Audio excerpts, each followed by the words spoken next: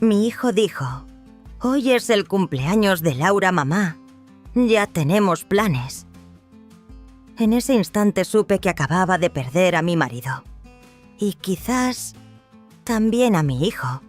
Si estás escuchando mi historia, por favor, no sigas deslizando. No porque quiera quejarme, sino porque quizás tú también has vivido una mañana que parecía perfectamente normal hasta el momento en que todo se vino abajo. El momento en que perdiste a alguien y te diste cuenta de que nadie más veía tu dolor como algo real.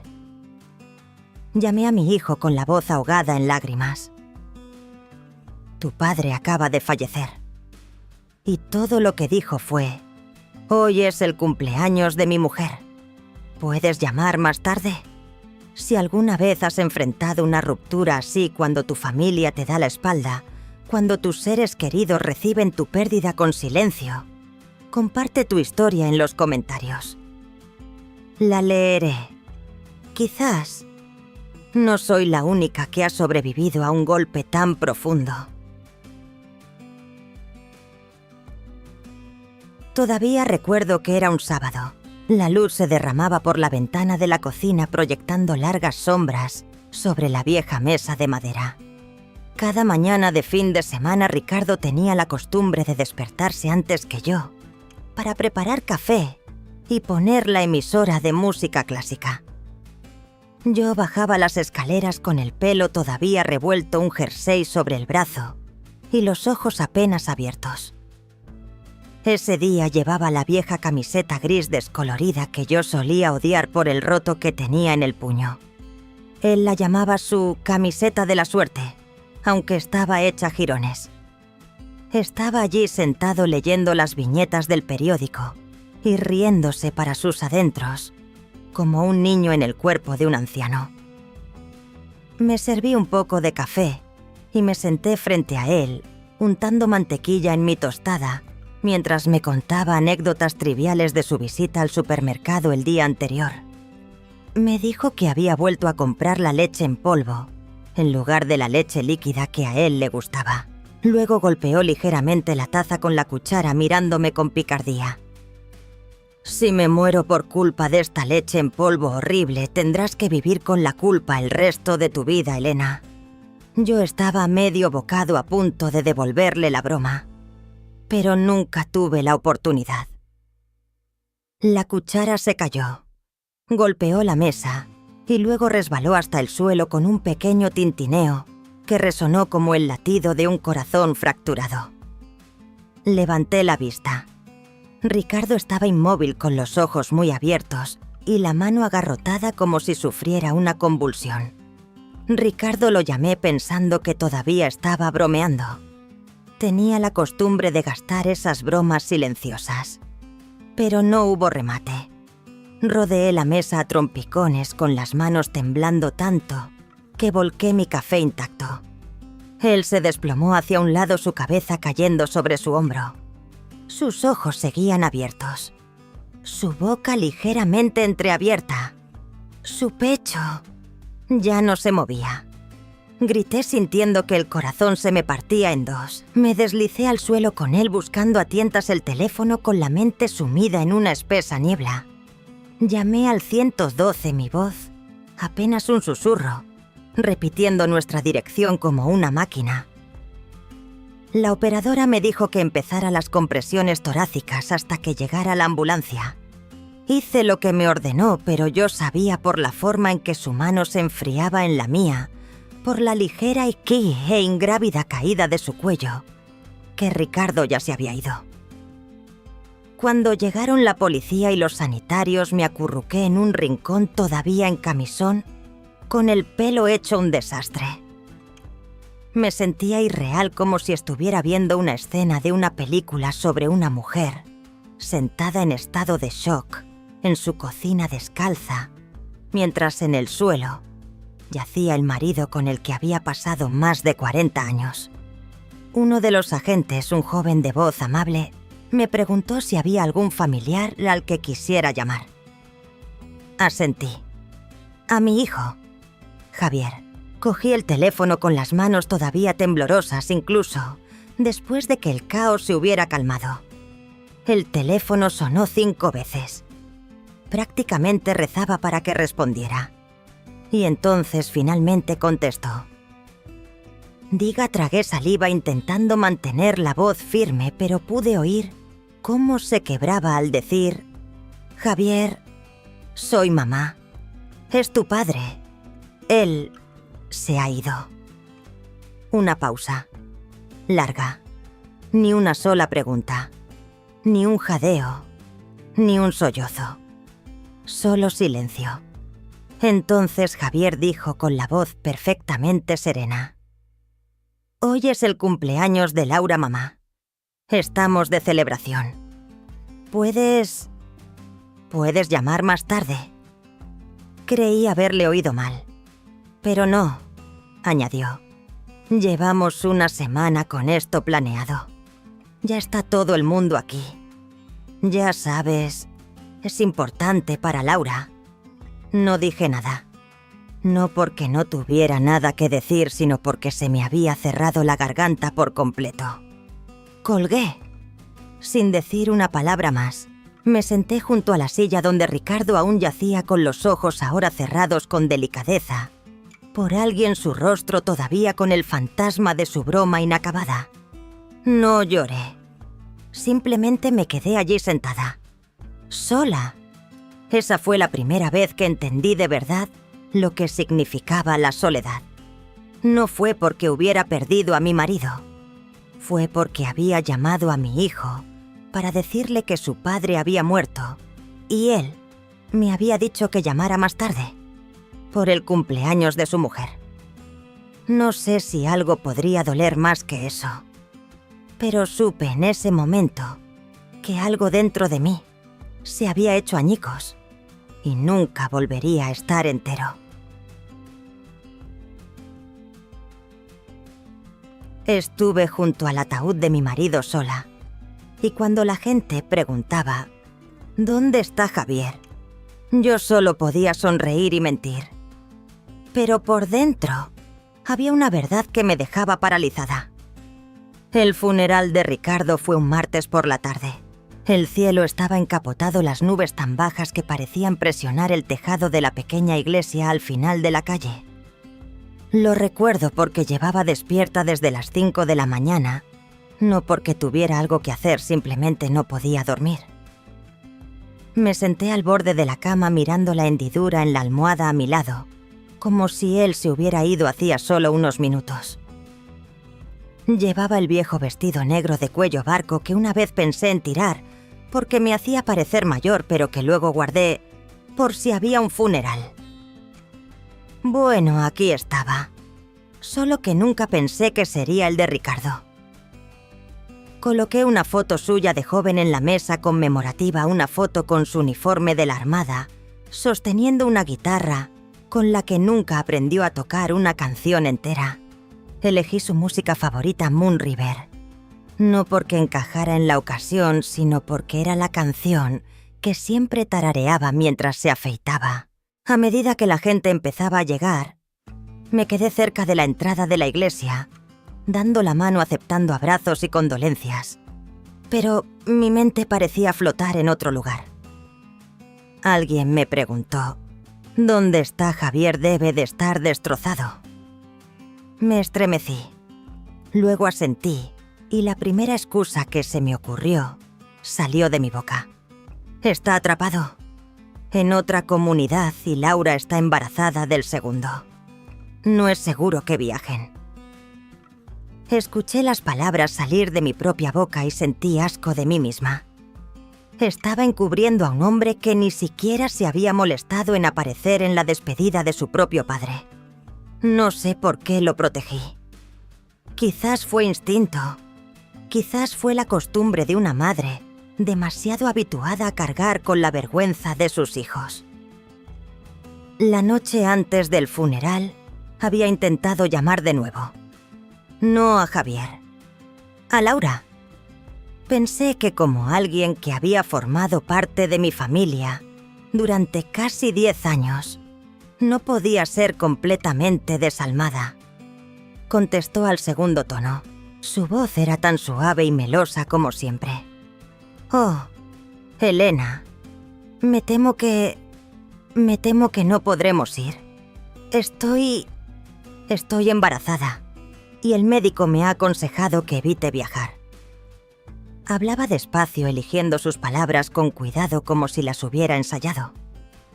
Pude oír claramente hasta a alguien reír de fondo. Sonaba a fiesta, o al menos no hacia un lugar de luto. Solo dije, «Ya veo». No hice más preguntas. Colgué, pero después de dejar el teléfono me quedé mirando al vacío durante horas.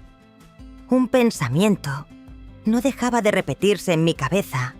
¿Por qué me temo que no podremos ir? ¿Por qué me temo? Y no, lo siento. No, estamos desolados. El funeral fue tranquilo. Los viejos amigos y antiguos compañeros de Ricardo acudieron en masa. Compartieron viejas historias. Alguien trajo un recorte de periódico de 1987, cuando le habían concedido un premio por su servicio a la comunidad. Sonreí al ver la foto de él con traje, con el pelo de punta como un nido de pájaros. Ricardo nunca dominó el peine. Esperé. Seguí esperando que Javier entrara por la puerta aunque fuera tarde. Pero nunca llegó. Ni un solo mensaje de texto. Ni una sola corona de flores. Ni una palabra de condolencia. Ni un solo abrazo.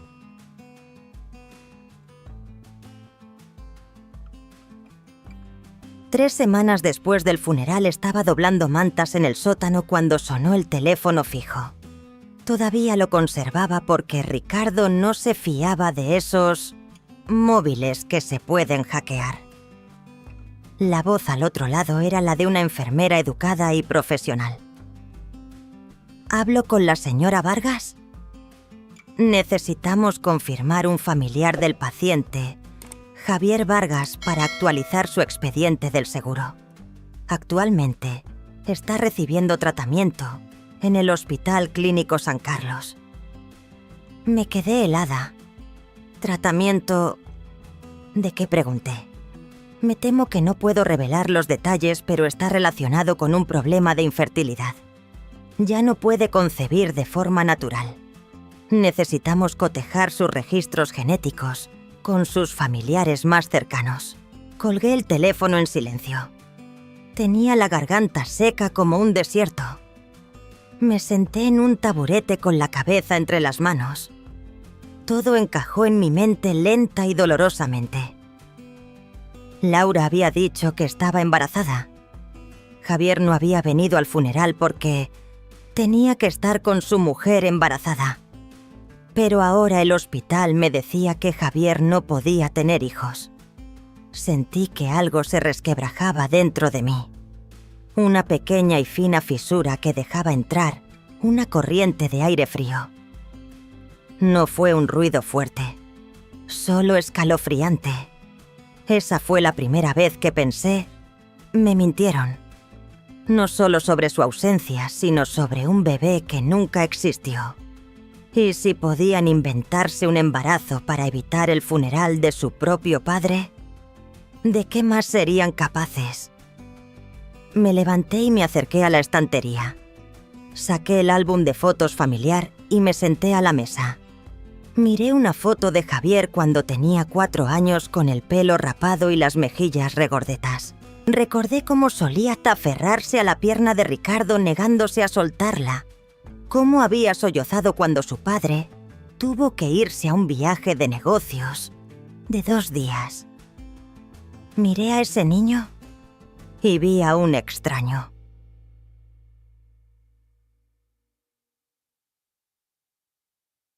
Empecé a limpiar la habitación de Ricardo un domingo por la mañana, 3 semanas después del funeral. Hacía más frío de lo habitual, la niebla matutina todavía se aferraba a las ventanas y la casa olía a mantas viejas, mezcladas con la pomada que usaba para las rodillas. No había tocado esta habitación en semanas, salvo para cerrar la puerta, e intentar no pensar en ello. Pero llega un momento en que tienes que enfrentarlo. No puedes dejar el cepillo de dientes en su soporte para siempre. No puedes dejar que sus zapatillas sigan apuntando hacia el baño, como si solo estuviera en una reunión temprana y fuera a volver pronto. No puedes seguir pasando por delante del sillón donde veía los deportes sin mirar. Empecé doblando la gruesa chaqueta marrón que usaba para sacar la basura. Los bolsillos todavía contenían pañuelos arrugados y un caramelo de menta aplastado. Un guante de lana se había caído debajo de la cama y me agaché para recogerlo. Al levantarme, mis ojos se posaron en el pequeño cajón de la mesita de noche que Ricardo siempre había guardado para sí mismo. Nunca lo cerraba con llave, pero tampoco invitaba a nadie a entrar. Lo abrí. Dentro había unos cuantos cuadernos, una pluma estilográfica seca, algunas fotos antiguas descoloridas y un diario de tapa blanda, forrado en cuero verde musgo. Sin título, sin nombre. Lo cogí, mi mano temblando ligeramente. Abrí la primera página y vi su caligrafía familiar. La letra de Ricardo inclinada un poco apresurada, la T, siempre cruzada un poco demasiado alta. Martes 8 de noviembre. Acabo de transferir 5.000 euros a Javier. Esta vez fue por un accidente de coche. Por cómo habla sé que no dice la verdad, pero no soy lo bastante fuerte para decir que no. Sigue siendo nuestro hijo. Pasé unas cuantas páginas más hasta que llegué a una sección marcada con una tarjeta de cumpleaños, una genérica que solo decía «Te quiero, papá». Pero en la parte de atrás, metida dentro, había una carta doblada, en 4 el papel fino y ligeramente amarillento. La desdoblé y leí «Javier, ¿qué? He estado en silencio demasiado tiempo. Pero este silencio me está doliendo más de lo que cualquier discusión podría hacerlo. Sé que no has sido sincero. La historia de la enfermedad rara, los préstamos estudiantiles congelados, la vez que Laura tuvo que ser llevada a urgencias, pero no había facturas. Lo comprobé. Y ¿sabes qué? No estoy enfadado, al menos no de la forma que crees. Solo estoy triste. Triste de que pienses que tu madre y yo somos tan tontos como para no darnos cuenta. Triste de que uses el amor que te tenemos como una herramienta para conseguir lo que quieres. No se lo he contado a tu madre, en parte porque no quiero romper la fe que tiene en ti, y en parte porque quizás todavía espero que arregles esto tú mismo. Pero ahora estoy cansado. La próxima vez que necesites ayuda, trae la verdad contigo. Papá. Leí la carta 2 veces. La primera, mis ojos estaban secos como si las palabras no hubieran calado. La segunda, las lágrimas cayeron no a raudales, sino lenta y suavemente, como el tono de la propia carta. Ricardo lo sabía. Sabía que su hijo le estaba mintiendo. Y me lo ocultó. No estaba enfadada con él. No podía estarlo. Solo sentí una tristeza fría y profunda como un pozo vacío. Quizás porque entendí por qué lo ocultó. Ricardo siempre fue el blando de nuestra familia y el que cargaba silenciosamente con las cargas. Solía decirme: «Lo último que quiero hacer en la vida es entristecer a tu madre». Y ahora entendía que había vivido según ese principio, hasta su último aliento. Volví a guardar la carta y cerré el diario. Pero no lo dejé en el cajón. Lo llevé conmigo, colocándolo en la mesa del comedor donde Ricardo solía sentarse cada mañana, junto al lugar donde tamborileaba los dedos cuando se le enfriaba el café. Me senté frente a la silla vacía y dije: «No tenías que ocultármelo, Ricardo. Yo también soy una adulta. Deberíamos haber hablado de ello. De Javier». Nadie respondió. Por supuesto que no. Pero en ese silencio vi una cosa con claridad. Mi marido había hecho todo lo posible por protegerme de este dolor. Y al hacerlo lo había llevado todo él solo. No quemé la carta. No la escondí para siempre. La guardé en el cajón de mi escritorio junto al libro de cuentas del hogar, como un recordatorio. No del engaño de Javier, sino del amor que a veces adopta la forma del silencio.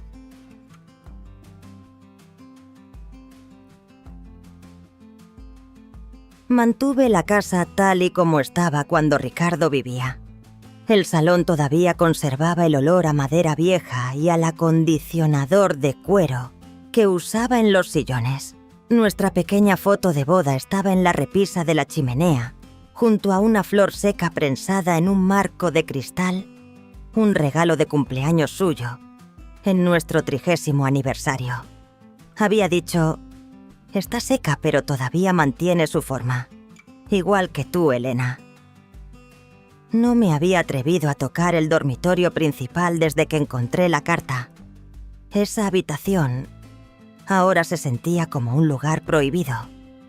No por miedo, sino porque era el último lugar donde podía sentir que él todavía estaba cerca.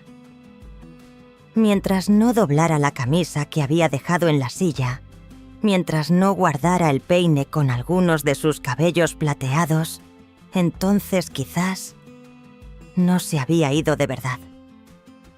Javier apareció un viernes por la tarde, sin llamar, sin avisar. Acababa de preparar una tetera y estaba a punto de sentarme en el porche cuando oí un coche detenerse. Miré por la ventana, era el familiar todoterreno plateado. La puerta se abrió. Javier salió, una bolsa de lona en una mano, las llaves del coche colgando de la otra, como si acabara de parar en la gasolinera y hubiera decidido pasar de camino. No vi a Laura. No salí a recibirlo. Javier llamó 2 veces y luego abrió la puerta como si todavía viviera aquí. Llevaba una chaqueta deportiva, pantalones caqui arrugados y las viejas zapatillas que le había comprado hacía 2 años. La misma zancada rápida, los mismos ojos esquivos. Ni un abrazo ni una disculpa.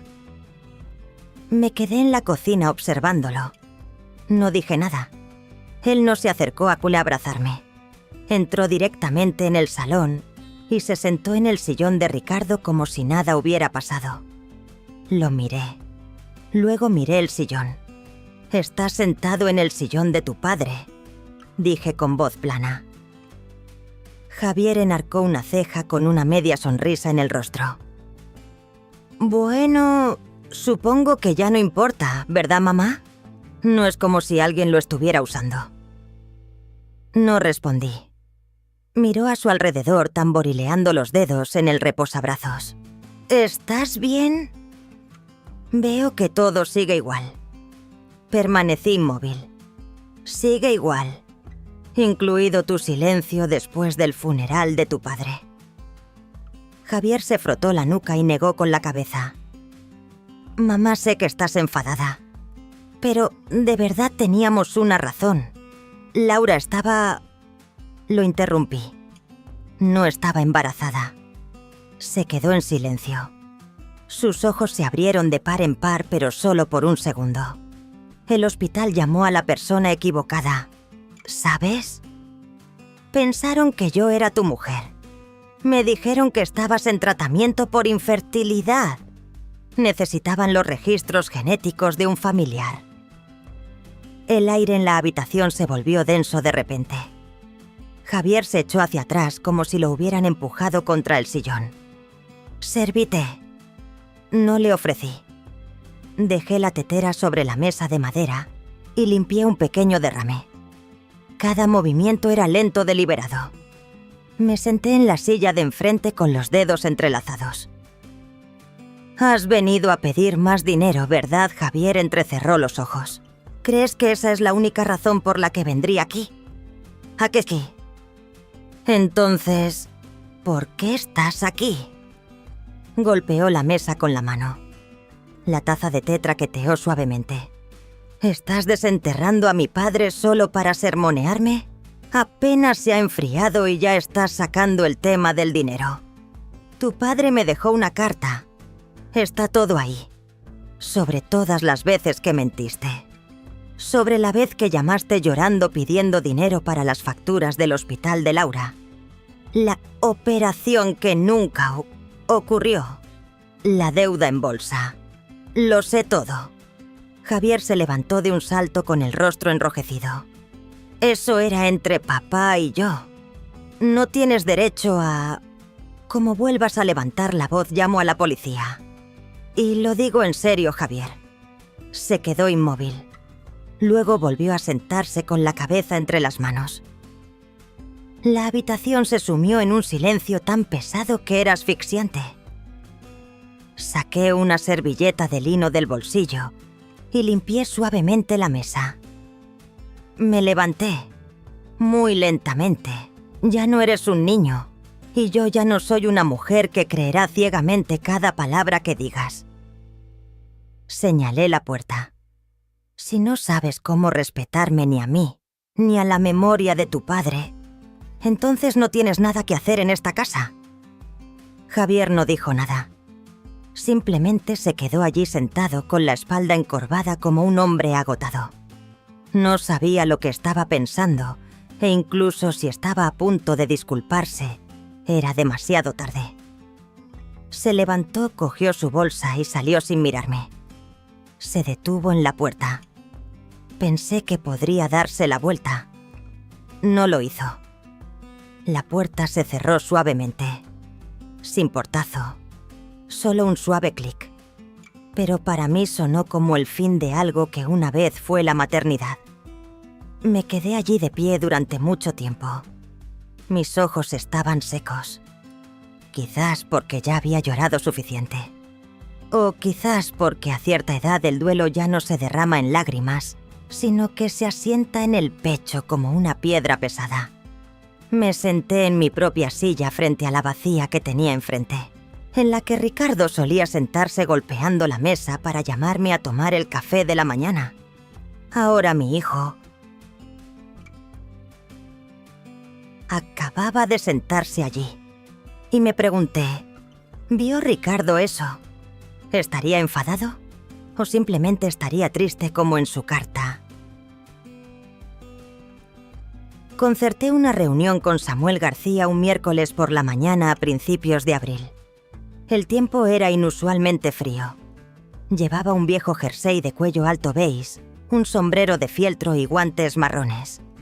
En mis manos llevaba un portafolio que había preparado el día anterior, con una copia de la carta de Ricardo, la lista de transferencias financieras, y una copia del Antiguo Testamento, que él y yo habíamos firmado juntos en 2007.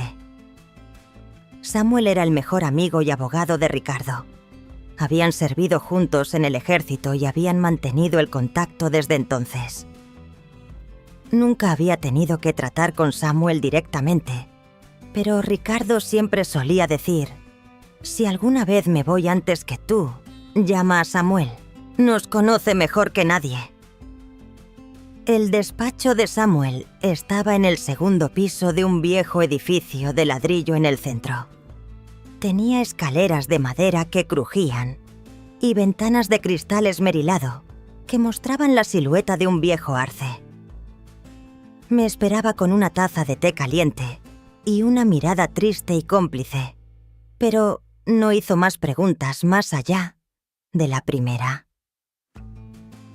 ¿Por dónde le gustaría empezar, Elena Saqué? Todos los documentos y los puse sobre su escritorio en orden. La carta de Ricardo, el cuaderno con sus anotaciones, los extractos bancarios que mostraban 5 años de transferencias a Javier y finalmente el Antiguo Testamento. No solo quiero modificar el testamento, Samuel. Quiero reescribirlo desde cero. Y necesito que sea blindado, que no se pueda recurrir ni impugnar. Samuel se enderezó y se puso las gafas de leer. En ese momento vi cómo cambiaba su expresión. No era sorpresa, era la mirada de un hombre que había oído demasiadas historias como esta. ¿Estás segura?, preguntó. Más segura de lo que he estado nunca de nada, dije. Le conté toda la historia desde la muerte de Ricardo y la llamada del hospital hasta la carta en el diario y el día en que Javier volvió y me gritó en mi propio salón. Hablé lenta y claramente, sin llorar ni titubear. Samuel solo asentía tomando notas de vez en cuando. Cuando llegué al final a la parte de echar a mi propio hijo de mi casa, me detuve. No porque estuviera avergonzada, sino porque de repente sentí una opresión en el pecho. Lo miré. ¿Sabes, Samuel? No lo hice porque lo odie. Lo hice porque tenía miedo de seguir perdonándolo como siempre había hecho. Y entonces me perdería a mí misma por completo. Samuel asintió lentamente. Sigue siendo una madre, Elena. Pero también es una persona. Y las personas tienen límites. Empezamos a redactar el Nuevo Testamento esa misma mañana. Samuel me explicó cada cláusula, cada vínculo legal. Me preguntó: ¿estás segura de que quiere eliminar a Javier y Laura de la herencia por completo? Respondí sin dudar. No quiero que lo que Ricardo dejó se convierta en una recompensa por el engaño. Quería que todo el patrimonio, la casa, las cuentas de jubilación, la vieja camioneta que guardaba en el garaje, incluso su preciada colección de discos de jazz, se depositara en un fondo fiduciario a nombre de Sofía Teresa Muñoz. A Sofía se le concedería acceso al fondo cuando cumpliera 22 años. No 18, porque sabía que 18 años todavía era demasiado joven para llevar ese peso. Pero no tan tarde como para que no pudiera entender su valor. Y añadí una cláusula especial pidiéndole a Samuel que la redactara con tal claridad que pudiera citarse textualmente en un tribunal si fuera necesario. Cualquier individuo que participe en amenazas, coacción, litigios o interferencia legal con la intención de alterar, invalidar o retrasar la ejecución de este testamento, se considerará que está cometiendo un acto de abuso emocional contra la testadora y la beneficiaria. En tal caso, todos y cada uno de sus derechos de herencia quedarán inmediata e irrevocablemente anulados. Nunca pensé que llegaría a un punto en mi vida en el que tendría que usar la frase abuso emocional en relación con mi propio hijo. Pero ahora lo entendía.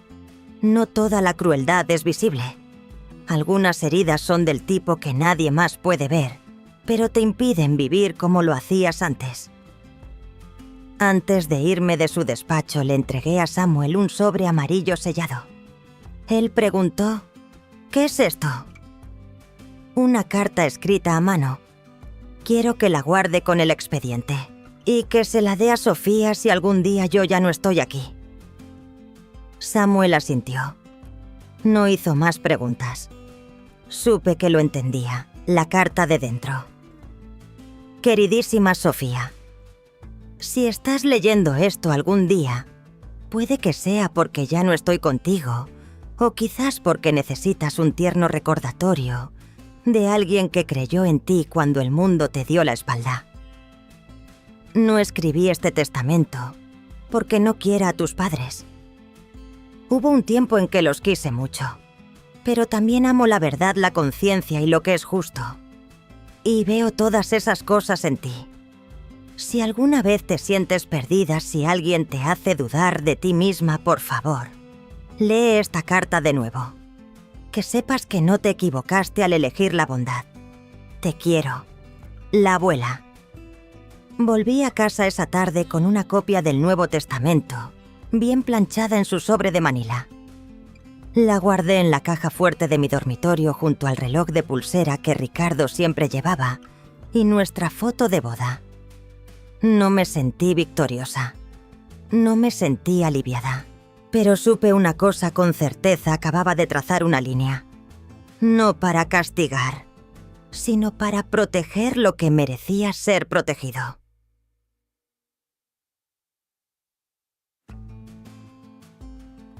Era una tarde nublada y un viento frío se colaba por las rendijas de los marcos de las ventanas, aunque las había cerrado bien. Lo recuerdo porque estaba revisando el respiradero detrás de la cocina cuando oí un golpe suave en el porche. No un coche, no una voz. Solo un sonido quedó como si alguien hubiera dejado algo en el escalón de la entrada y luego hubiera desaparecido. Me limpié las manos en el delantal y fui a la puerta. No había nadie. Solo un sobre blanco liso cerrado apoyado en el felpudo. En la esquina con una letra pequeña e inclinada estaban las palabras «Para la abuela». Lo cogí, mi corazón de repente latiendo más rápido. No por miedo, sino porque conocía esa letra. Era la de Sofía. Entré y abrí cuidadosamente el sobre, con el abrecartas que solía usar Ricardo. Dentro no había papel ni carta. Solo una pequeña memoria USB, plateada sin etiqueta ni nota. La miré por un momento, luego me senté en mi escritorio y la conecté al viejo ordenador de Ricardo, el que usaba para leer las noticias y ver vídeos graciosos cada noche. La pantalla parpadeó lentamente hasta encenderse el ventilador interior, zumbando como el suspiro de un anciano. En la memoria había 3 archivos de audio, simplemente nombrados. En la cocina, Hostes. Sábado noche, MP3.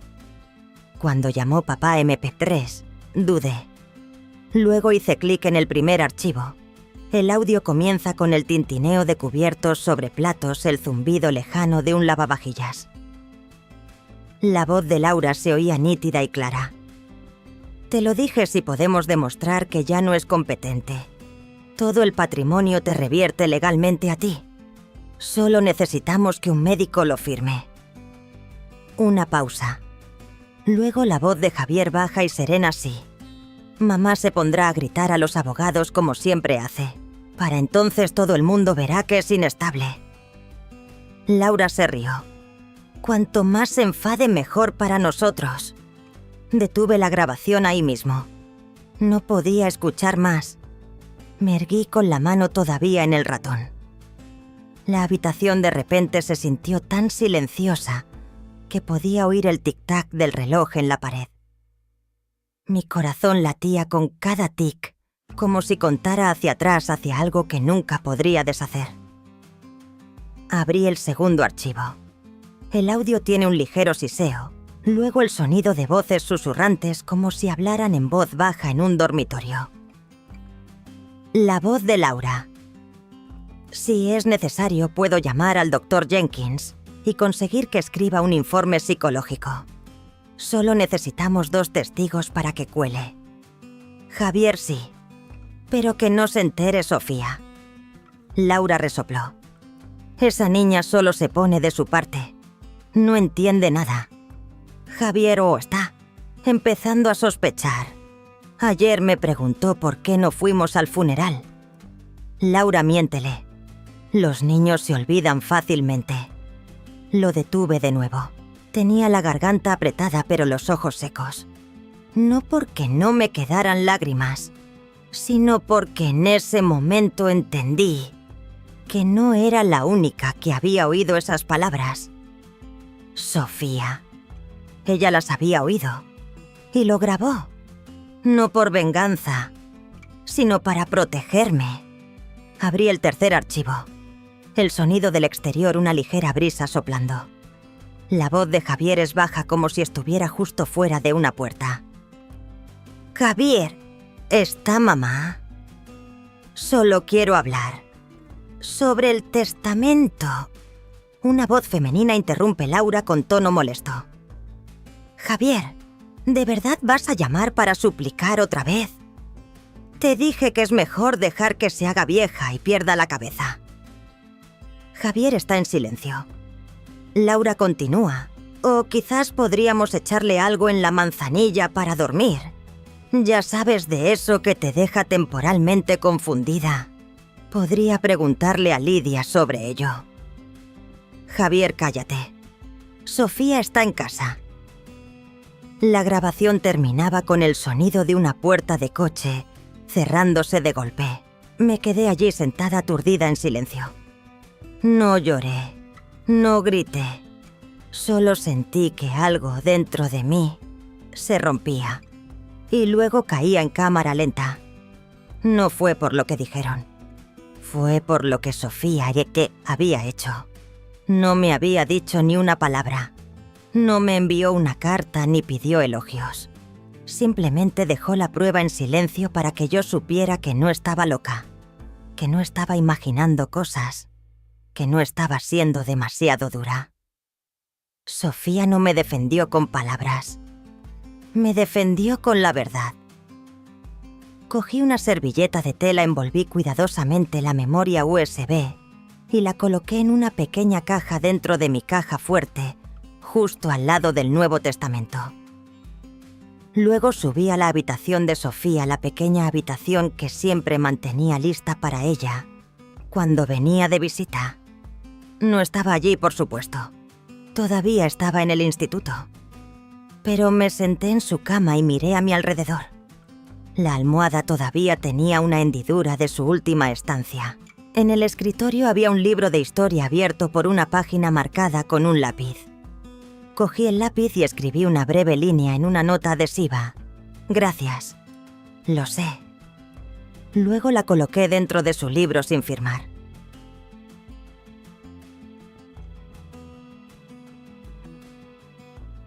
No tenía ni idea de que Sofía había hecho todo eso por su cuenta hasta unos días después, cuando Samuel García me llamó.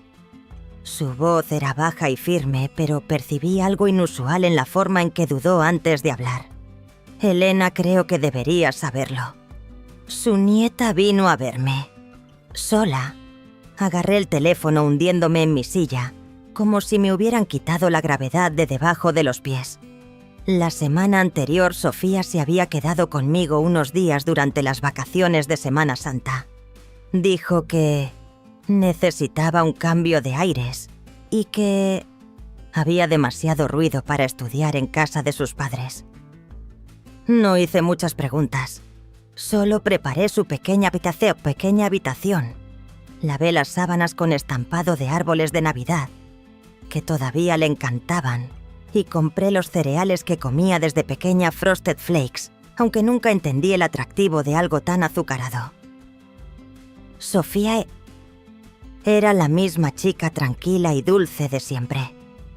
Pasó la mayor parte del tiempo en el escritorio junto a la ventana, leyendo o trabajando en su portátil. Noté que atendía algunas llamadas telefónicas, pero siempre salía al porche trasero o cerraba la puerta. Supuse que era solo un compañero de clase, o quizás un profesor. Resultó que estaba llamando para concertar una cita con Samuel. Supongo que Sofía encontró su tarjeta de visita en el expediente que dejé en mi escritorio, le dije. No lo cerré con llave. No pensé que necesitara esconderlo. Samuel dijo que Sofía llegó por la tarde puntual con un bolso bandolera azul oscuro, el pelo recogido pulcramente. Llevaba un jersey de cuello alto y vaqueros. Me dijo que no era tímida, pero tampoco desafiante.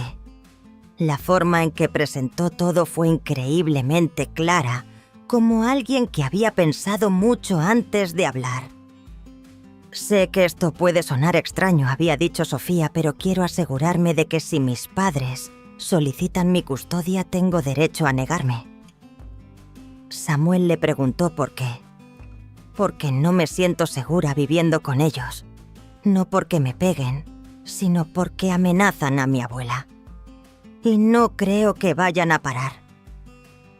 Cuando Samuel relató esa parte, me llevé una mano al pecho como para evitar que el corazón se me rompiera. Sofía nunca me había dicho eso directamente. Siempre era tan cuidadosa de no disgustarme, de no preocuparme. Pero resultó que en el fondo se había sentido insegura durante mucho tiempo. Samuel dijo que le hizo algunas preguntas más sobre su vida en casa, sus estudios, y si sus padres la habían manipulado emocionalmente alguna vez. Sofía simplemente dijo, Tratan a mi abuela como una carga. Y a mí me tratan como a una niña que no sabe nada. Pero sé lo suficiente como para ver quién está haciendo daño a quién. No recordaba la última vez que me había sentido tan orgullosa.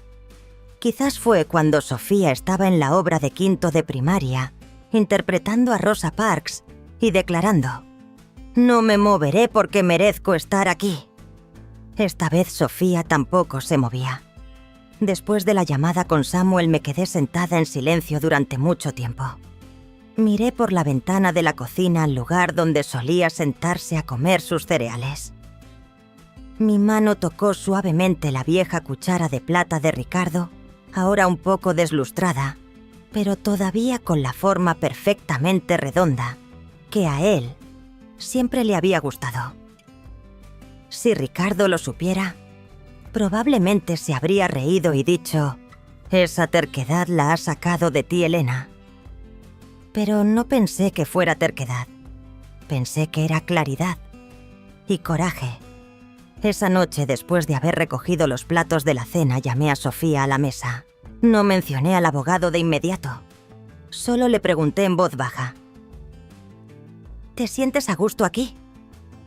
Sofía asintió sonriendo. «Es tranquilo. No tienes TikTok a todo volumen todo el día». Me reí. Si alguna vez llega el día en que sientas que debes hacer algo para proteger a alguien, a quien quieres, hazlo. Yo lo entenderé. Sofía me miró. Sus ojos gris azulado eran directos, mucho más maduros que sus años. No preguntó: «¿De qué estás hablando?», ni fingió inocencia. Simplemente respondió: «Lo sé». La mediación estaba programada para un lunes por la mañana. El bufete de abogados estaba en un edificio de ladrillo rojo de 2 plantas con grandes puertas de cristal que daban a un aparcamiento y a una jardinera de lavanda que empezaba a secarse por las puntas. Llegué 10 minutos antes y me senté en la sala de espera con un vaso de agua a mi mano apoyada en mi portafolio de cuero marrón. Dentro estaba todo el Nuevo Testamento, el USB, de Sofía, la carta de Ricardo y algunos extractos bancarios antiguos. No era mucho, pero para mí era la verdad. Nunca pensé que a los 68 años estaría sentada en una sala como esta, debatiendo si estaba lo suficientemente cuerda como para decidir quién debía heredar la casa, cuyas ventanas llevaba 30 años limpiando. Pero a veces, la vida te lleva a lugares que nunca esperabas sin previo aviso. Javier y Laura llegaron 5 minutos tarde. Entraron en silencio vestidos con trajes oscuros, sus rostros sin la hostilidad de nuestro último encuentro. Se sentaron al otro lado de la mesa sin mirarme ni saludar. La mediadora era una mujer llamada Marta, de unos 50 años con el pelo recogido en un moño impecable y un comportamiento educado y profesional. Empezó con el guión habitual. Estamos aquí hoy no para juzgar, sino para encontrar una solución.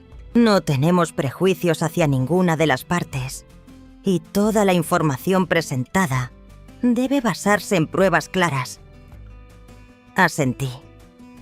Había oído suficientes historias injustas como para saber que hoy las pruebas tendrían que hablar por mí. Laura habló primero. Su voz era suave, casi emocionada. Queremos a Elena, pero desde que Ricardo falleció ha cambiado mucho. Se ha vuelto volátil, se agita con facilidad. Una vez llamó a Javier solo para recriminarle por no asistir al funeral. Pero yo estaba embarazada en ese momento y necesitaba cuidados especiales. Vi a Marta inclinar ligeramente la cabeza tomando notas. No interrumpió. Laura continuó. No queremos pelear, pero estamos preocupados. Modificó su testamento a toda prisa sin consultar a la familia y nos preocupa que pudiera haber sido influenciada por alguien. Javier añadió con voz lenta y deliberada. Nuestra hija es todavía joven, solo 14 años. No puede ser ella quien tome las decisiones. Es posible que alguien esté explotando el vínculo entre ella y Elena para manipular su pensamiento. Ante eso quise reírme. Pero en lugar de eso, simplemente abrí mi portafolio, saqué una carpeta de color crema y la coloqué suavemente sobre la mesa frente a mí. Marta se volvió hacia mí.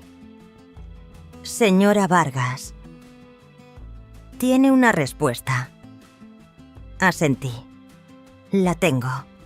Y me gustaría que la escuchara entera. Abrí la carpeta y saqué una copia del Nuevo Testamento, junto con la carta de Ricardo, la que había guardado durante meses. Esta es una carta que mi marido le escribió a mi hijo, pero nunca envió. En ella detalla las repetidas mentiras de Javier para conseguir dinero. No necesito su compasión. Solo necesito que se reconozca la verdad. Luego pasé los extractos bancarios con cada transferencia resaltada, junto a excusas que nunca vinieron con un recibo. Marta los cogió y empezó a leer. Su expresión cambió ligeramente. Fue sutil, pero lo noté. Fui secretaria. Sé cómo cambia la actitud de la gente cuando empiezan a creer a una de las partes. Finalmente saqué la memoria USB. La coloqué sobre la mesa. En esta memoria hay grabaciones hechas por mi propia nieta de conversaciones entre Javier y su mujer. No necesito describir el contenido. Si es necesario, podemos escucharlas aquí mismo. Marta se inclinó ligeramente hacia adelante. Necesitaré revisar ese contenido con un asesor independiente, pero agradezco su exhaustiva preparación. Javier y Laura estaban en silencio, sus ojos fijos en la memoria USB, como si fuera un objeto extraño. Marta continuó. Por ahora tendré en cuenta todos estos documentos. Necesitaré revisarlos cuidadosamente durante las próximas 48 horas antes de hacer una recomendación para nuestra próxima mediación. Antes de que pudiera terminar, vi a Javier levantar la mano, fingiendo alcanzar su propio expediente, pero luego su mano se deslizó rápidamente hacia el USB, como si intentara meterlo en su carpeta. Marta habló de inmediato, su voz más aguda que antes. Disculpe, señor Vargas. ¿Está intentando retirar pruebas de la mesa de negociación, Javier? Se quedó helado con la mano todavía suspendida sobre el USB. Solo iba a mirarlo. No tenía ninguna mala intención. Marta lo miró fijamente con los ojos muy abiertos. Se volvió hacia su asistente y le hizo un gesto para que tomara nota. Necesito dejar constancia de este comportamiento. Este es un documento que pertenece a la demandante y usted no tenía permiso para manipularlo. Laura se volvió hacia Javier y le susurró algo su rostro, pasando del rosa al pálido. Javier dejó caer el USB sobre la mesa y se enderezó, pero no miró a nadie a los ojos durante el resto de la reunión. El resto de la sesión fue tenso. Marta repitió algunos procedimientos finales y anunció el calendario para una reunión de seguimiento si fuera necesario. Cuando todos se levantaron para irse, recogí mis archivos. Los guardé en mi bolso de cuero sin prisa ni temblores. Al llegar a la puerta me volví hacia Marta y le dije en voz baja: Gracias por escuchar. No todo el mundo tiene la paciencia para distinguir la realidad de la ficción. Marta asintió.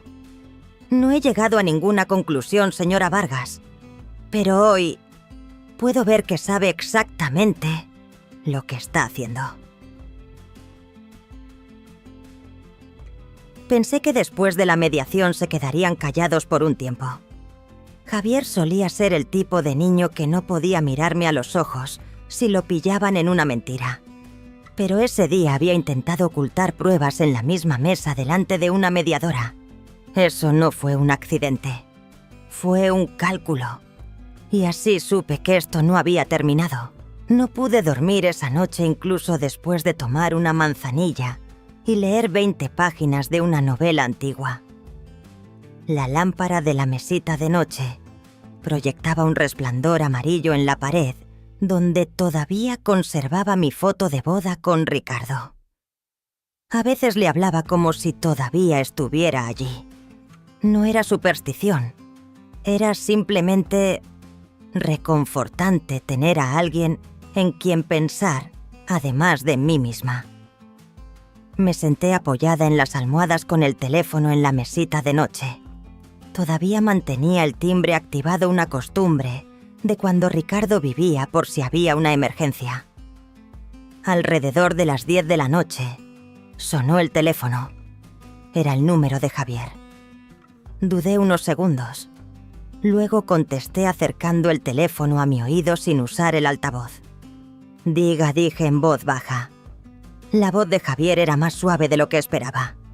Mamá, sé que quizás no sea el momento, pero ¿puedes darme unos minutos?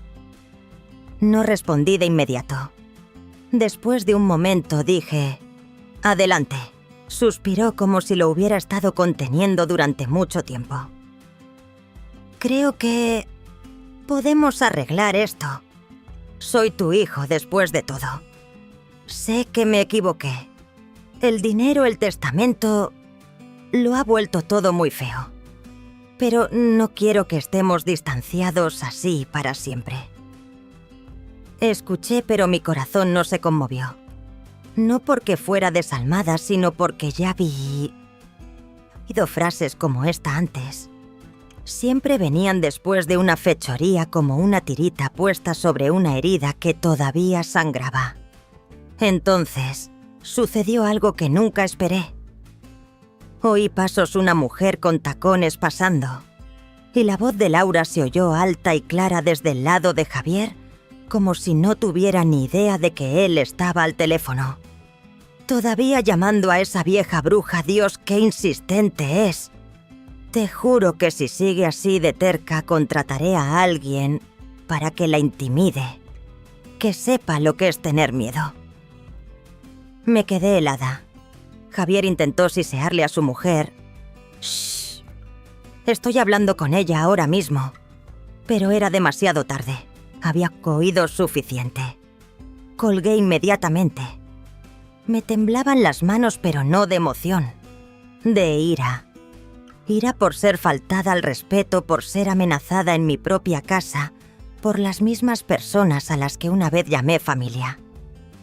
Respiré hondo. Luego abrí el cajón de mi mesita de noche y saqué el viejo teléfono que usaba para grabar mis llamadas. Había pulsado grabar en el momento en que contesté como precaución. Una parte de mí había querido oír la disculpa de mi hijo si la había, y otra parte quizás se había acostumbrado a necesitar pruebas. La grabación era clara. El sonido era nítido, sin estática. La escuché 3 veces cada vez, con una emoción diferente.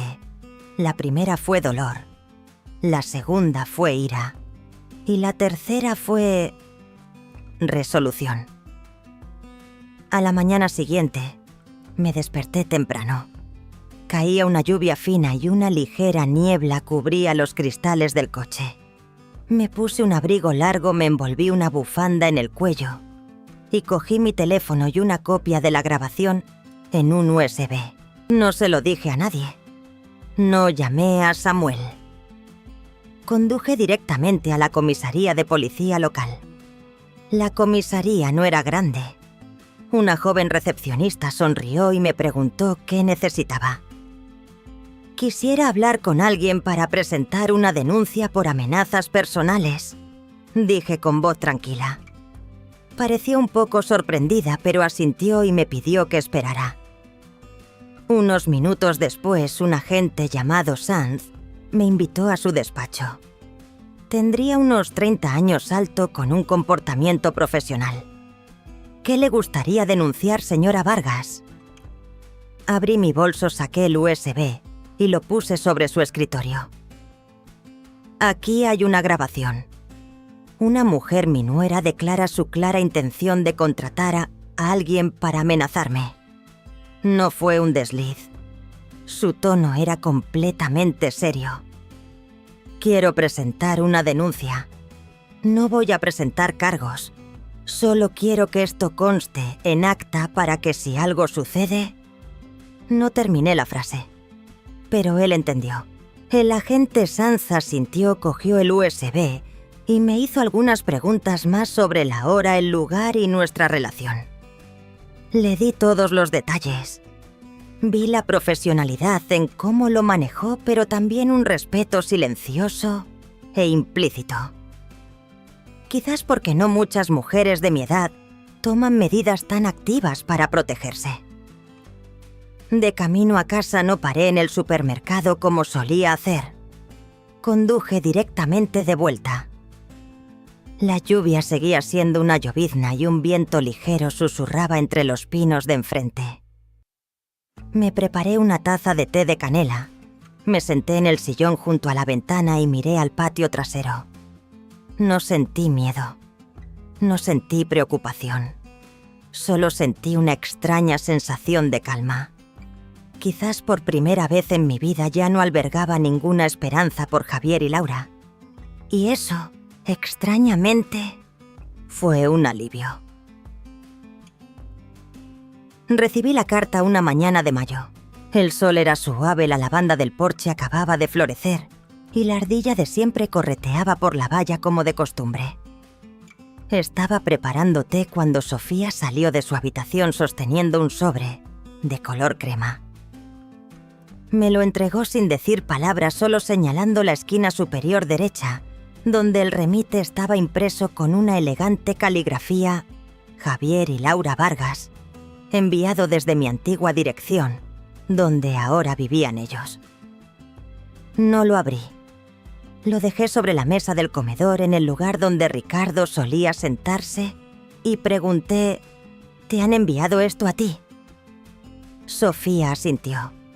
No está dirigido a nadie en concreto, pero supongo que sí. Miré el sobre unos segundos más. Quizás en otro tiempo habría esperado una disculpa así. Algo decente.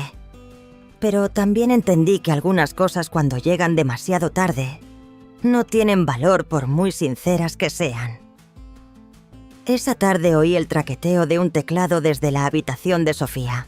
Se quedó allí mucho tiempo saltándose la merienda y su programa de televisión favorito. No pregunté, solo preparé unos espaguetis extra para cenar y dejé su ración en la mesa. Esa noche Sofía salió de su habitación sosteniendo su teléfono. Lo puso sobre la mesa y dijo en voz baja: «Lo he publicado». Fruncí el ceño. ¿Publicado el qué? La carta de mis padres. En internet. La carta y mi respuesta. La miré con los ojos muy abiertos. «¿Qué has escrito?», pregunté, manteniendo la voz tranquila. Sofía no bajó la mirada ni la desvió. Me miró directamente a los ojos con voz firme. «He escrito: elijo dejar a mis padres, no por rabia, sino porque estoy cansada de tener que estar en guardia en mi propia familia. Una familia de verdad es donde te escuchan, te quieren y te protegen, y donde no tienes que disculparte por ser tú misma. Y abuela, tú eres ese lugar para mí». Me quedé sin palabras. Un sentimiento floreció en mi pecho, no del todo alegría, no del todo tristeza. Simplemente profundo y pleno. Javier y Laura vinieron a casa hasta la mañana siguiente. Sabía que lo harían porque Sofía me había dicho que había dejado una nota en su publicación: «Si queréis hablar, id a ver a mi abuela». No trajeron ningún regalo ni llevaban expresiones de enfado. Solo una sonrisa forzada y ropa más arreglada de lo habitual. Javier se quedó en el porche con las manos en los bolsillos mientras Laura estaba detrás de él, agarrando su bolso, sus ojos recorriendo el jardín delantero como si buscara algo que criticar. Abrí la puerta. No los invité a entrar. Javier habló primero. «Solo queremos hablar, sin discusiones, sin amenazas. Solo Esperamos que Sofía nos dé una oportunidad. Miré a Laura. Estaba en silencio, sus ojos todavía evitando los míos. Me volví hacia mi hijo. Sofía ya ha hablado. Tiene derecho a elegir a qué lugar pertenece. Javier se mordió el labio y asintió levemente. Luego se dio la vuelta y se marchó sin decir una palabra más.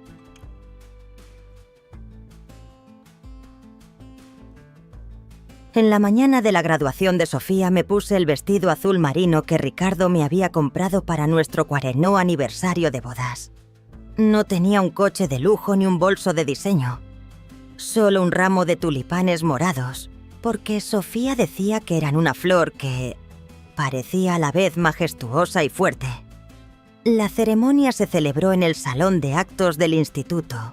Las sillas apretadas, el escenario brillantemente iluminado.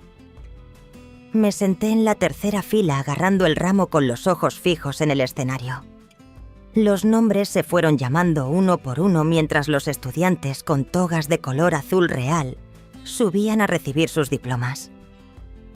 Entonces el nombre resonó claro y pleno: Sofía Teresa Muñoz. Me quedé helada. Elena. Nunca la había oído decir que se cambiaba el segundo nombre. Pero ahora, al oírlo anunciar en aquel salón, supe que había tomado su decisión. No hacían falta preguntas. No se requería ninguna explicación. Sofía subió al escenario, aceptó su diploma y luego se giró inesperadamente para mirarme directamente. Sus ojos brillaban, sus labios apretados en una suave sonrisa. Me puse de pie. No estaba segura de si debía, pero no podía quedarme sentada. La gente a mi alrededor empezó a aplaudir. Una mujer a mi lado se inclinó y susurró: «¿Es su nieta? Es tan guapa y fuerte». Asentí sin apartar los ojos de Sofía. Después de la ceremonia esperé a Sofía junto a la salida. Corrió hacia mí y me abrazó sin decir nada durante los primeros segundos. Luego me susurró al oído: «Tú eres mi verdadera familia». La tomé por los hombros y la miré a la cara. «Y tú eres lo más hermoso que esta familia ha tenido jamás». Esa noche, de vuelta en casa, colgué el diploma de Sofía en la pared, junto a mi foto de boda con Ricardo. Había un espacio vacío entre ellos. Lo llené con una nueva foto, Sofía y yo, abrazadas, los tulipanes morados entre nosotras ambas, sonriendo. Sin pretensiones, sin remordimientos. Me senté en mi sillón de siempre, dejé mi taza de té sobre la mesa y miré la foto de Ricardo. No sé si podía verlo, pero si pudiera probablemente sonreiría, tomaría un sorbo de su café y diría: «Elena, no pudimos salvar a Javier, pero salvamos a Sofía». Asentí susurrando de vuelta: «Sí, hicimos lo que se supone que debe hacer una familia. Salvamos lo que se podía salvar».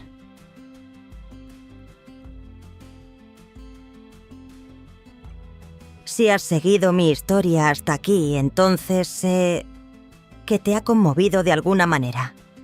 No cuento esta historia para quejarme ni para buscar compasión. La cuento porque creo que nosotras mujeres, que hemos vivido más de la mitad de nuestras vidas, merecemos ser escuchadas. Y a veces es en nuestros momentos más débiles cuando aprendemos a ser verdaderamente fuertes. Solía pensar que la familia era inmutable, que mi hijo, por muy perdido que estuviera, acabaría encontrando el camino de vuelta, que si simplemente aguantaba, amaba, daba, todo saldría bien. Pero la verdad es que algunos hijos nunca aprenden a ser personas decentes, porque nunca les enseñamos los límites. Ricardo, mi marido, eligió el silencio para protegerme. Al final yo tuve que aprender a alzar la voz para protegerme a mí misma. Fue lo más doloroso que he hecho nunca. Y también lo más correcto. No cuento mi historia para avivar la ira. La cuento para recordarnos a todas: no te equivocas al elegir tu autorrespeto por encima de una relación basada en el dolor. No te equivocas al poner límites incluso con el hijo que una vez tuviste en brazos. Y si estás sentada en algún lugar en una casa que una vez estuvo llena de risas, pero ahora está llena de suspiros, si te han dado por sentada, te han faltado al respeto y te han recibido con exigencias, en lugar de gratitud, por parte de tu propia familia. Si alguna vez te has preguntado, ¿estoy siendo egoísta por pensar en mí misma? Entonces quiero decirte, no, no lo estás. No estamos siendo egoístas. Simplemente estamos aprendiendo a querernos a nosotras mismas, por completo y por primera vez. Sofía, mi nieta, me enseñó eso. Eligió quedarse no porque yo fuera su abuela, sino porque era la única que no la hería. Y me di cuenta, la familia no está en nuestra sangre. La familia está en cómo nos tratamos los unos a los otros cada día. Ya seas abuela, madre, o simplemente una mujer que navega la vida pasados los 50 con el corazón lleno de grietas. Por favor, cree esto. Todavía hay gente que te verá que elegirá quedarse contigo, no por deber, sino por amor verdadero e incondicional. Si has pasado por algo similar a mi historia, ya sea ser abandonada por tus hijos o incomprendida por tu familia, te invito a compartir un trozo de tu historia en los comentarios. O simplemente puedes suscribirte para escuchar más historias de abuelas y madres como nosotras. Quizás aquí encuentres a alguien que te entienda. ¿Alguna vez has tenido que redefinir la familia por ti misma? Y si es así, ¿qué te ayudó a superarlo? Leeré cada una de tus palabras, porque creo que toda mujer de más de 60 años merece una voz. Y estoy aquí para escuchar. Teresa Muñoz. Una abuela, una madre. Y finalmente, una mujer que aprendió a defenderse.